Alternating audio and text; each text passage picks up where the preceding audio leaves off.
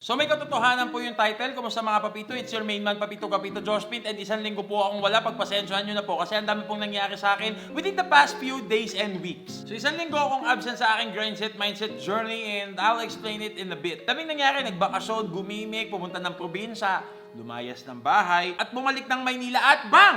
May bago tayong location. Hindi mo nakita yun, no? And yes, guys, I am in a new location, no? 1 month pa lang, meron na tayong location art. May pa-studio pa, tignan mo. May pa-overlooking pang nagaganap dyan sa likod, oh. Alam mo, stay up na rin natin yan sa likod para mayabang. Though magiging pansamantagal lang to, lulubusin natin. Hindi natin alam kung kailan tayo katagal dito o gaano pa tayo tatagal or kung gaano pa kahaba yung itatagal ko dito sa pag-i-stay ko dito. Okay ba yung audio ko? We'll see kasi hindi pa rin natin masasabi kung ano yung pwedeng mangyari bukas.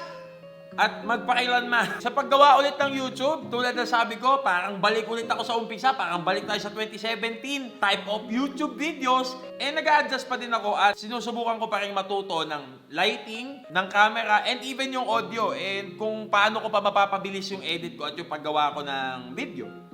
Expect that I'll be back this week. Medyo may konting adjustments pa rin akong ginagawa sa pagtulog ko at sa daily routine ko. Kasi naninibago ako panibago yung place natin. So maninibago ako sa mga nakasanayan ko. At napakadami pang pagbabago ang nangyari since nung lumipat ako dito. So dito sa bagong place na to, dito ako magtatantad ng mga balak kong content and mas malawak to. Tignan natin kung anong magagawa natin sa mas malawak na space in comparison dun sa space kung nasan ako dati. Though hindi ako magtatagal dito sa place na kung nasan ako ngayon, who knows? Baka mas matagal pa yung gawin natin or may panibagong place ulit tayo. Just like last year, I was experimenting nung kung anong mga pwede kong gawin sa social media. I-follow nyo ako sa aking mga social media. So here are my socials. So follow nyo ako dyan. Malay ba natin? Baka nakalimutan mo. And malay ba natin na may bago tayong subscriber dito na hindi nila alam kung saan lupalop ako sa Pilipinas nagkakalat. And mabuti nang informed kayo para alam nyo kung saan yung next move ko. So I do it one step at a time. Hindi naman natin kailangan magmadali, no? Ang importante at least may ginagawa ako. Sa ginagawa ko na yon, nag-grow ako.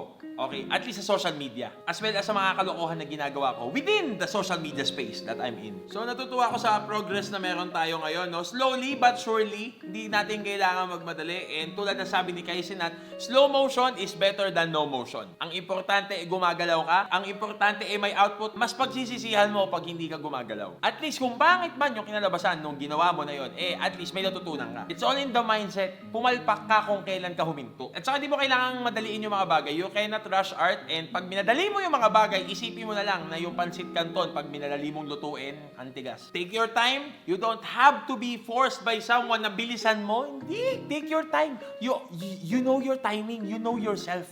Bakit ka makikinig sa kanila? Ikaw naman yung gagawa. I'm not speaking for myself. I'm speaking for you guys. So yun lang guys. Kung may gusto kayong sabihin sa akin, kung may suggestion kayo sa mga sunod na content na gagawin ko, at kung ano pa man na gusto nyo i-share sa akin, libre yung comment section ko sa baba. At kagandahan, na konti lang yung nanonood sa atin, mas mababasa ko yung comment section ninyo. And I make sure na kapag kagaguhan niyang ilalagay niyo dyan sa baba, lalo na pag hate comment yan, hindi na ulit kayo makaka-comment. Pero syempre naman, pag babait kayo, nandiyan pa rin kayo, welcome pa rin kayo. Alam niyo naman na nagbabasa ako. Alam mo naman na sexy ka. Yun lang po yung sasabihin ko, I missed you all. Even though it's just 10 days, I missed you all. And yun lang po, mga bungaw. So yun lang, I'm done yapping. This is Josh Pint and see you tomorrow. And bounce!